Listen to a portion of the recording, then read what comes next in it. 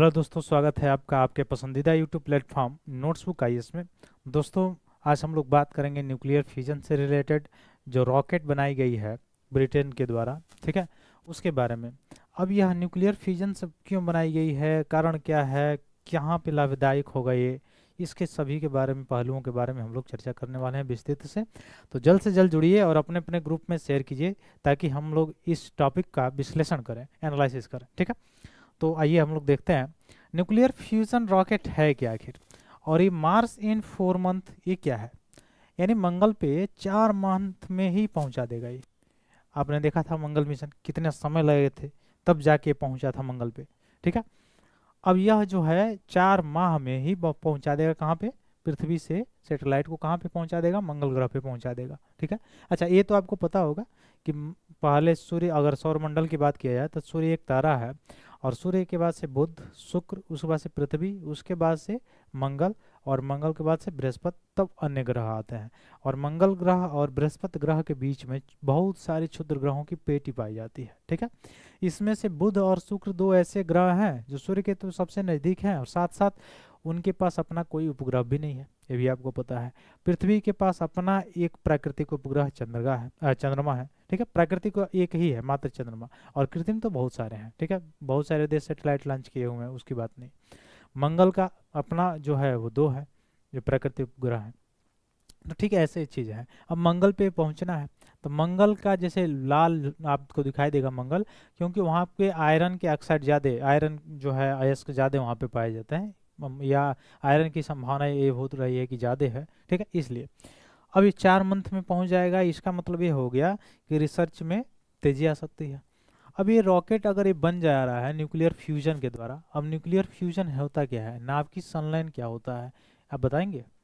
देखिए, नाभ की संलयन, जैसे सूर्य में निहित ऊर्जा का कारण क्या है, नाभ की संलयन है। नाभ की संलयन के कारण ही सूर्य का ऊर्जा विद्यमान है। अब नाभ की संलयन कैसे होता है, तो नाभ की संलयन में होता है दो या दो से अधिक परमाणु जो होते हैं वो मिलकर एक बड़े नाभिक का निर्माण करते हैं, उसे कहते हैं नाभिकीय संलयन, यानी न्यूक्लियर फ्यूजन, ठीक है। तो आप मुख्य रूप से नाभिकीय जो संलयन है इसको याद रखेंगे। नाभिकीय संलयन का कारण ही जो है सूर्य का ऊर्जा अपना होता है, और सूर्य में जो ऊर्जा होता है हाइड्रोजन, हीलियम, और हाइड्रोजन के 3 समस्थानिक 1H1, 1H2, 1H3। 1H1 को H कहा जाता है, मतलब हाइड्रोजन है। 1H2 जो है वो ड्यूटेरियम है, ड्यू भारी जल जिससे बनता है, और समस्थानिक है सब हाइड्रोजन के। और 1H3 अर्थात टी जिसको कहा जाता है टाइटेनियम, मुख्य रूप से आप देखेंगे रेडियो एक्टिव है, ठीक है। तो ये 3 समस्थानिक हाइड्रोजन के हैं। यह छोटे छोटे कण मिलकर संलयन जब होता है तो एनर्जी एक बड़ा कण का निर्माण करते हैं, हीलियम का, और सूर्य में ऊर्जा का निहित कारण जो है वही है नाभिकीय संलयन है। तो इसी ऊर्जा का प्रयोग करके बनाया गया है ये रॉकेट, ये नाभिकीय संलयन का प्रयोग करके आसानी से। अच्छा, इससे पहले भी हमने देखा, जैसे भारत में इसरो ने जो है अभी तो प्रयोग करना शुरू कर दिया है, और एक जो है उसको अभी जो है उस पर सक्सेसफुली उसमें आपने देखा कि टेस्टिंग भी हुई है उसकी। ये स्क्रैमजेट जो इंजन हुई थी उसकी, स्क्रैमजेट इंजन क्या होता है, वह स्क्रैमजेट जो इंजन होते हैं जीएसएलवी में भरा जाता है, और सबसे ऊपरी लेयर में। अब जीएसएलवी में जब भरा जाता है तो तरल रूप में होता है, ठोस रूप में नहीं होता है। तो तरल रूप में सबसे ऊपरा परत होता है, उसमें केवल हाइड्रोजन लिक्विड फॉर्म में होता है, ठीक ना।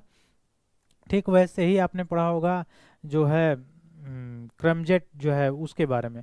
तो उसमें क्या भरा जाता है, तो उसमें लिक्विड फॉर्म में ऑक्सीजन हाइड्रोजन दोनों भरा जाता है, वो भी ऊपरी लेयर में भरा जाता है, जो रॉकेट होता है उसके ऊपरी लेयर में, ठीक है।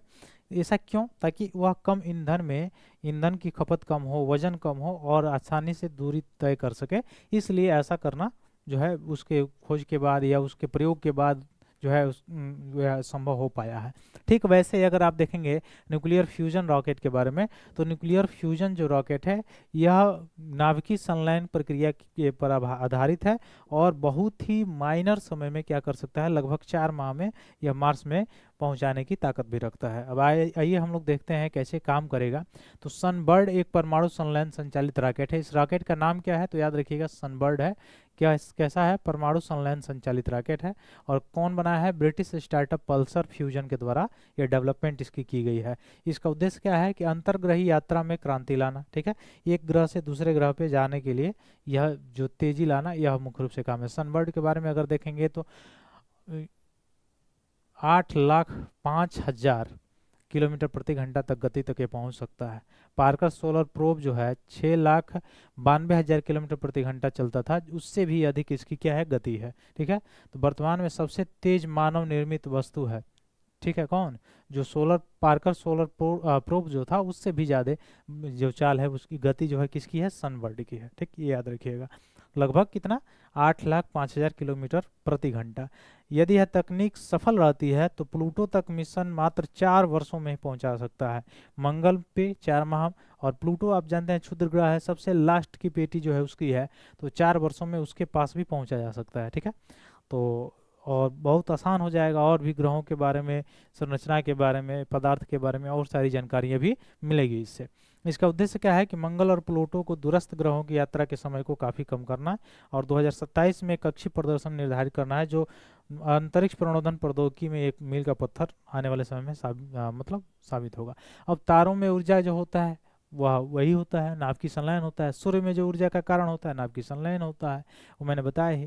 तो विखंडन, देखिए 2 प्रक्रिया होती है, एक होता है नाभ के विखंडन, जो परमाणु ऊर्जा जो होती है, ठीक है, या आपने देखा होगा जो परमाणु बम होता है उसमें कौन सा प्रक्रिया होता है, परमाणु जो बम होता है उसमें कौन सी प्रक्रिया होता है, तो विखंडन वाला होता है। और संलयन जो होता है वह 2 से अधिक छोटे छोटे जो नाभिक होते हैं वो मिलकर बड़े नाभिक के परमाणु का निर्माण करते हैं, तो उसको कहते हैं संलयन। ठीक है, तो ये सारी चीज़ें हैं, याद रखिएगा।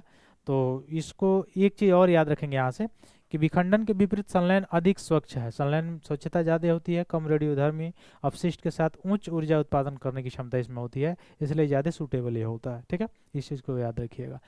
परमाणु तापीय प्रणोदक एनटीपी और परमाणु विद्युत प्रणोदक एनईपी के बारे में थोड़ा सा यहाँ पर दिया हुआ है।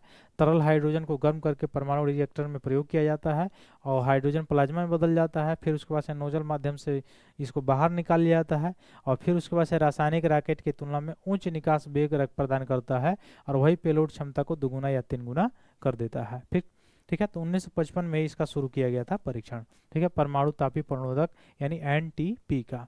ठीक है, आगे देखिए परमाणु विद्युत जो प्रणोदक है, इसमें आप देखेंगे तो परमाणु रिएक्टर गर्मी को क्या करता है, इलेक्ट्रिक ऊर्जा में क्या कर देता है, परिवर्तित कर देता है। ठीक है, इसमें घटक के रूप में आप देख सकते हैं कॉम्पैक्ट रिएक्टर कोर है, विद्युत जनरेटर, ताप अस्वीकृत प्रणाली हो गया, विद्युत प्रणोदक प्रणाली हो गया, ये सारी चीज़ें इसमें संलग्न रहती है। तो ये मुख्य रूप से जो टॉपिक था उसको आप याद रखेंगे कि यह किससे रिलेटेड है, किस प्रक्रम पे आधारित है, नाभिकीय विखंडन या नाभिकीय संलयन। तो नाभिकीय संलयन ही टिक करके आइएगा। ठीक है, फिर मिलते हैं अपने अगले क्लास में, तब तक के लिए बहुत बहुत धन्यवाद दोस्तों, जय हिंद।